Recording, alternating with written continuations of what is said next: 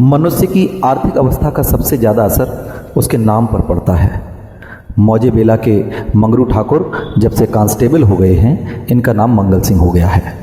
अब उन्हें कोई मंगरू कहने का साहस नहीं कर सकता। कल्लू अहीर ने जब से हल्के के थानेदार साहब से मित्रता कर ली है और गांव का मुखिया हो गया है, उसका नाम कालिकादीन हो गया है। अब उसे कल्लू कहें तो आंखें लाल पीली करता है। इसी प्रकार हरकचंद्र कुर्मी अब हरखू हो गया है। आज से 20 साल पहले उसके यहाँ शक्कर बनती थी, कई हल्की खेती होती थी और कारोबार खूब फैला हुआ था, लेकिन विदेशी शक्कर की आमदनी ने उसे मटिया मेट कर दिया। धीरे धीरे कारखाना टूट गया, जमीन टूट गई, ग्राहक टूट गए और वह भी टूट गया। 70 वर्ष का बूढ़ा जो तकिएदार माचे पर बैठा हुआ नारियल पिया करता, अब सिर पर टोकरी लिए खाद फेंकने जाता है। परंतु उसके मुख पर अब भी एक प्रकार की गंभीरता, बातचीत में अब भी एक प्रकार की अकड़, चाल ढाल से अब भी एक प्रकार का स्वाभिमान भरा हुआ है। इस प्रकार काल की गति का कोई प्रभाव नहीं पड़ा। रस्सी जल गई पर बल नहीं टूटा। भले दिन मनुष्य के चरित्र पर सदैव के लिए अपना चिन्ह छोड़ जाते हैं। हरकू के पास अब केवल 5 बीघा जमीन है, केवल 2 बैल हैं, एक ही हल की खेती होती है। लेकिन पंचायतों में आपस की कलह में उसकी सम्मति अब भी सम्मान की दृष्टि से देखी जाती है। वह जो बात कहता है बेलाग कहता है और गांव के अनपढ़े उनके सामने मुंह नहीं खोल सकते। हरकू ने अपने जीवन में कभी दवा नहीं खाई थी। वह बीमार जरूर पड़ता, कुंवार मास में मलेरिया से कभी न बचता था, लेकिन 10-5 दिन में वह बिना दवा खाए ही चंगा हो जाता था। इस वर्ष कार्तिक में बीमार पड़ा और यह समझकर कि अच्छा तो हो ही जाऊंगा, उसने कुछ परवाह न की। परंतु अब की ज्वर मौत का परवाना लेकर चला था। एक सप्ताह बीता, दूसरा सप्ताह बीता, पूरा महीना बीत गया, पर हरकू चारपाई से न उठा। अब उसे दवा की ज़रूरत मालूम हुई। उसका लड़का गिरधारी कभी नीम की सीखें पिलाता, कभी गुर्ज का सत, कभी खुदा पूर्णा की जड़, पर इन औषधियों से कोई फायदा न होता था। हरकू को विश्वास हो गया था कि अब संसार से चलने के दिन आ गए। एक दिन मंगल सिंह उसे देखने गए। बेचारा टूटी खाट पर पड़ा राम नाम जप रहा था। मंगल सिंह ने कहा, बाबा बिना दवा खाए अच्छे न होंगे, कुनैन क्यों नहीं खाते? हरकू ने उदासीन भाव से कहा, तो लेते आना। दूसरे दिन कालिकादीन ने आकर कहा, बाबा 2-4 दिन कोई दवा खा लो, अब तुम्हारी जवानी की देह थोड़े है कि बिना दवा दर्पण के अच्छे हो जाओगे। हरकू ने उसी मंद भाव से कहा, तो लेते आना। लेकिन रोगी को देख आना एक बात है, दवा लाकर देना दूसरी बात। पहली बात शिष्टाचार से होती है, दूसरी सच्ची संवेदना से। न मंगल सिंह ने खबर ली, न कालिकादीन ने, न किसी तीसरे ही ने। हरकू दालान में खाट पर पड़ा रहता। मंगल सिंह कभी नजर आ जाते तो कहता, भैया वो दवा नहीं लाए। मंगल सिंह कतरा कर निकल जाते। कालिकादीन दिखाई देते तो उनसे भी यही प्रश्न करता, लेकिन वह भी बचकर नजर चले जाते। या तो उसे सूझता ही नहीं था कि दवा पैसों के बिना नहीं आती, या वह पैसों को भी जान से प्रिय समझता था, अथवा जीवन से निराश हो गया था। उसने कभी दवा के दाम की बात नहीं की। दवा ना आई, उसकी दशा दिनों दिन बिगड़ती गई, यहाँ तक कि 5 महीने कष्ट भोगने के बाद उसने ठीक होली के दिन शरीर त्याग दिया। गिरधारी ने उसका शव बड़ी धूमधाम से निकाला, क्रियाकर्म बड़े हौसले से किया, कई गांव के ब्राह्मणों को निमंत्रित किया। बेला में होली न मनाई गई, न अबीर उड़ा, न गुलाल उड़ी, न ढपली बजी, न भंग की नालियां बहीं। कुछ लोग मन में हरकू को कोसते जरूर थे कि इस बुढ़े को आज ही मरना था, 2-4 दिन बाद मरता, लेकिन इतना निर्लज्ज कोई न था कि शोक में आनंद मनाता। वह शहर नहीं था जहाँ कोई किसी के काम में शरीक नहीं होता, जहाँ पड़ोसी के रोने पीटने की आवाज़ हमारे कानों तक नहीं पहुँचती। हरकू के खेत गांव वालों की नज़र पर चढ़े हुए थे। 5 बीघा जमीन कुएं के निकट, खाद पांच से लदी हुई, मेड़ बांध से ठीक थी। उनमें 3-3 फसलें पैदा होती थी। हरकू के मरने पर ही उन पर चारों ओर से धावे होने लगे थे। गिरधारी तो क्रियाकर्म में फंसा हुआ था, उधर गांव के मनचले किसान लाला ओंकार नाथ को चैन न लेने देते थे। नजराने की बड़ी बड़ी रकमें पेश हो रही थी। कोई साल भर का लगान देने को तैयार था, कोई नजराने की दूनी रकम का दस्तावेज लिखने पर तोला हुआ था। परंतु ओंकारनाथ सबको टालते रहते थे। उनका विचार था कि गिरधारी के बाप ने खेतों को 20 वर्ष तक जोता है, इसलिए गिरधारी का हक सबसे ज़्यादा है। वह अगर दूसरों से कम भी नजराना दे तो खेत उसी को देने चाहिए। अस्तु, अब जब गिरधारी क्रियाकर्म से निवृत्त हो गया और उसने पूछा, खेती के बारे में क्या कहते हो? गिरधारी ने रोकर कहा, सरकार, इन्हीं खेतों का ही तो आसरा है, जोतूंगा नहीं तो क्या करूंगा। ओंकारनाथ, नहीं, जरूर जोतो, खेत तुम्हारे हैं, मैं तुमसे छोड़ने को नहीं कहता। हरखू ने उसे 20 साल तक जोता है, उन पर तुम्हारा हक है, लेकिन तुम देखते हो अब ज़मीन की दर कितनी बढ़ गई है। तुम 8 रुपये बीघे पर जोतते थे, मुझे 10 मिल रहे हैं, और नजराने के 100 अलग। तुम्हारे साथ रियायत करके लगान वही रखता हूँ, पर नजराने के रुपए तो तुम्हें देने पड़ेंगे। गिरधारी, सरकार, मेरे घर में तो इस समय रोटियों का भी ठिकाना नहीं है, इतने रुपए कहाँ से लाऊंगा। जो कुछ जमा जथा था दादा के काम में उठ गया, अनाज खलिहान में है, लेकिन दादा के बीमार होने से उपज भी अच्छी नहीं हुई, रुपए कहाँ से लाऊंगा इतने। ओंकारनाथ, ये सच है, लेकिन मैं इससे ज़्यादा रियायत नहीं कर सकता। गिरधारी, नहीं सरकार, ऐसा ना कहिए, नहीं तो हम बिना मारे मर जाएंगे। आप बड़े होकर कहते हैं तो मैं बैल बछिया बेचकर 50 रुपया ला सकता हूँ, इससे बेची की हिम्मत नहीं पड़ती। ओंकारनाथ चिढ़कर बोले, तुम समझते होगे कि हम ये रुपए लेकर अपने घर में रख लेते हैं और चैन की बंशी बजाते हैं, लेकिन हमारे ऊपर जो कुछ गुजरती है हम ही जानते हैं। कहीं ये चंदा, कहीं वो चंदा, कहीं ये नज़र, कहीं वो नज़र, कहीं ये इनाम, कहीं वो इनाम, इनके मारे कचूमर निकल जाता है। बड़े दिन में सैकड़ों रुपए डालियों में उड़ जाते हैं। जिसे डाली न दो वही मुंह फुलाता है। जिन चीज़ों के लिए लड़के तरस कर रह जाते हैं उन्हें बाहर से मंगवा कर डालियाँ सजाता हूँ। उस पर कभी कानून वो आ गए, कभी तहसीलदार, कभी डिप्टी साहब का लश्कर आ गया, सब मेरे मेहमान होते हैं। अगर ना करूँ तो नक्कू बनूँ और सबकी आंखों में कांटा बन जाऊँ। साल में 1000-1200 रुपये इसी रसद खुराक के मद में चले जाते हैं। ये सब कहाँ से आए हैं? बस यही जी चाहता है कि छोड़ कर चला जाऊं, लेकिन हमें परमात्मा ने इसीलिए बनाया है कि एक से रुपया सता कर लें और दूसरे को रो रो कर दें। यही काम हमारा है। तुम्हारे साथ इतनी रियायत कर भी रहा हूं, मगर तुम इस रियायत पर भी खुश नहीं होते तो हरी इच्छा, नजराने में 1 पैसे की भी रियायत ना होगी। अगर 1 हफ्ते के अंदर रुपए दाखिल करोगे तो खेत जोतने पाओगे, नहीं तो नहीं, मैं भी दूसरा प्रबंध कर दूंगा। गिरधारी उदास और निराश होकर घर आया। 100 रुपये का प्रबंध करना उसके काबू से बाहर था। सोचने लगा, अगर दोनों बैल बेच भी दूं तो खेती लेकर क्या करूंगा। घर बेचूं तो यहाँ लेने वाला ही कौन है, और फिर बाप दादों का नाम डूबता है। 4-5 पेड़ हैं, लेकिन उन्हें बेचकर 25 से 30 रुपये से अधिक न मिलेंगे। उधार लूं तो देता कौन है। अभी बनिए के 50 रुपये सिर पर चढ़े हैं, वह 1 पैसा भी न देगा।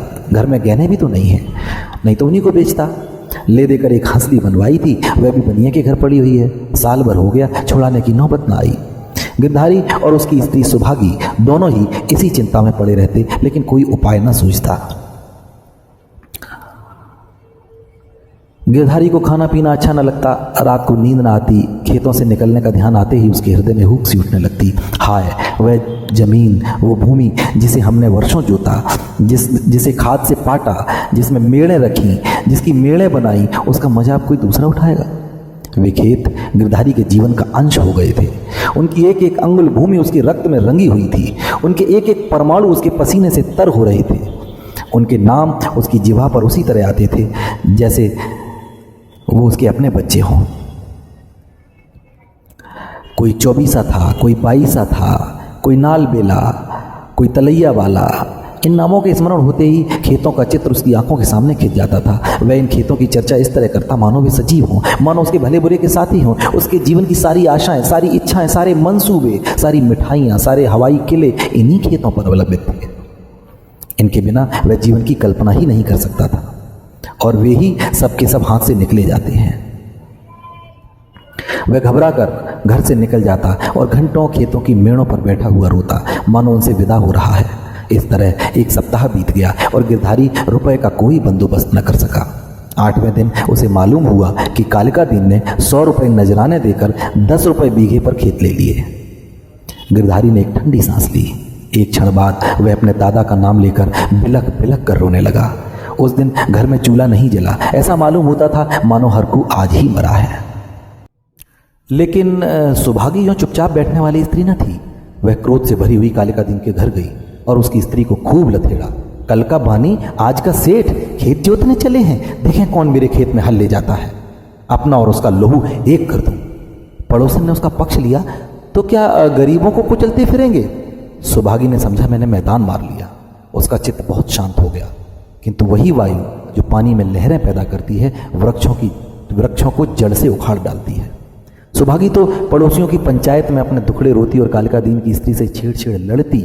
इधर गिरधारी अपने द्वार पर बैठा हुआ सोचता, अब मेरा क्या होगा, अब ये जीवन कैसे कटेगा, ये लड़के किसके द्वार पर जाएंगे। मजदूरी का विचार करते ही उसका हृदय व्याकुल हो जाता।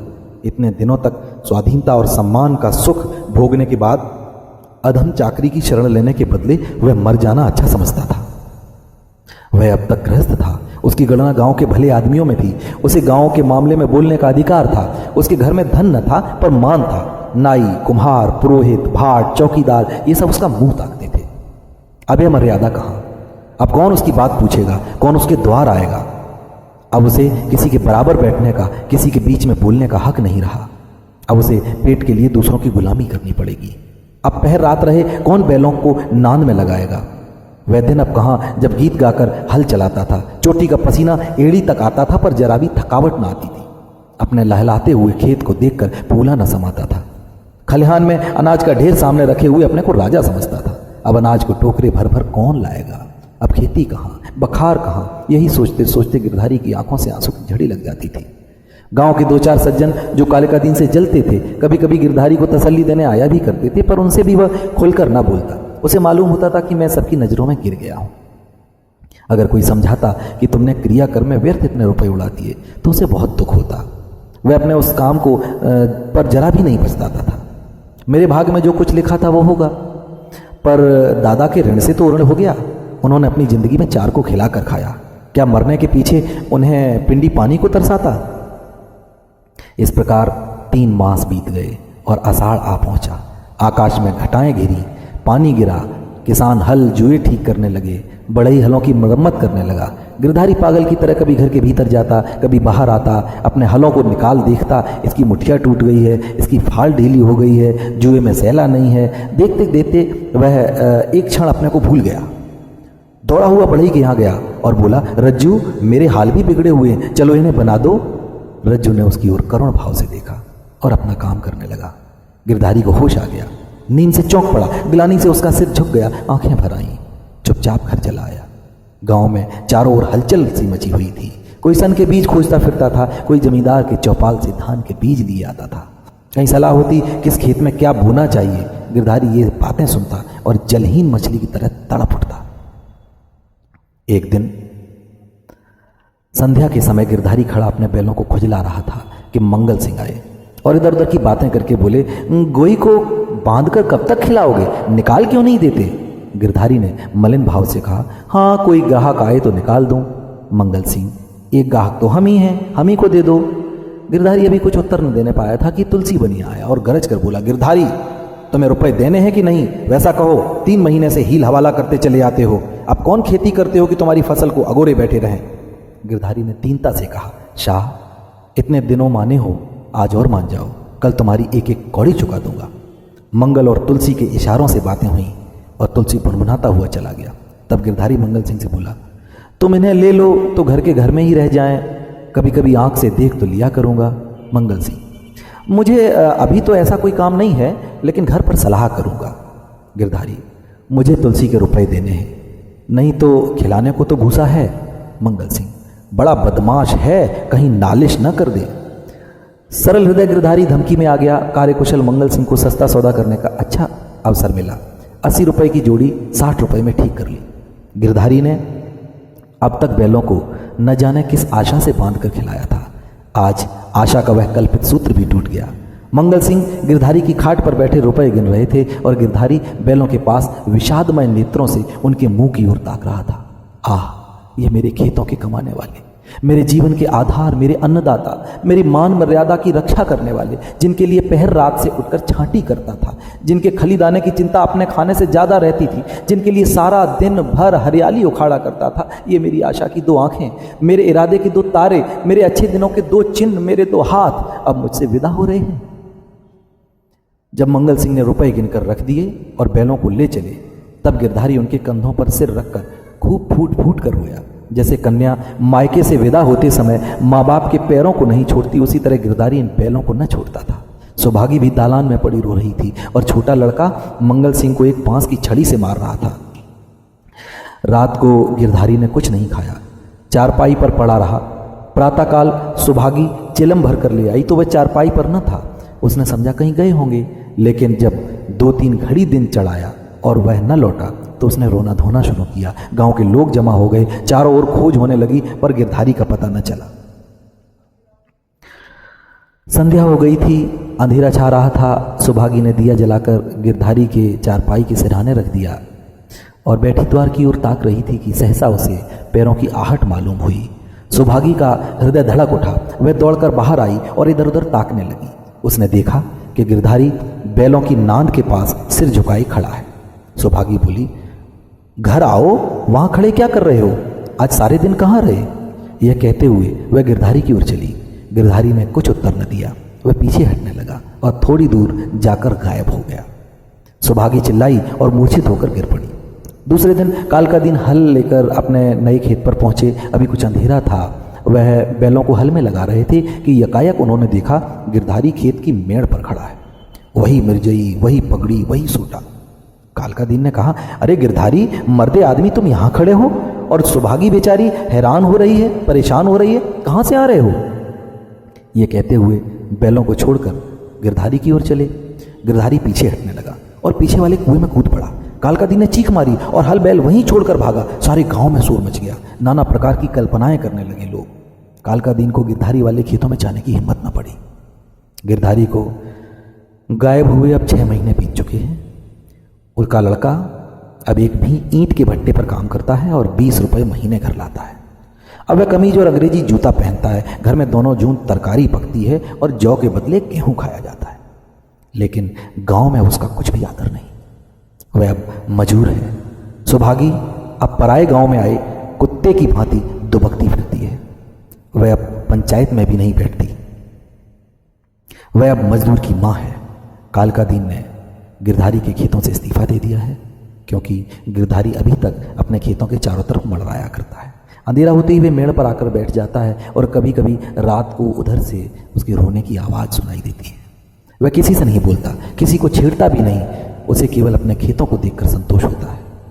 दिया जलने के बाद उधर का रास्ता बंद हो जाता है। लाला ओंकारनाथ बहुत चाहते हैं कि ये खेत उठ जाएं, लेकिन गांव के लोग उन खेतों का नाम लेने से भी डरते हैं। तो मित्रों, ये थी कहानी बलिदान मुंशी प्रेमचंद की, जो बहुत लोकप्रिय है और इंटरमीडिएट के पाठ्यक्रम में कथा भारती नामक पुस्तक के अंतर्गत ये है। अगली कहानी लेकर बहुत शीघ्र आपके बीच पुनः आऊँगा। तब तक के लिए नमस्कार।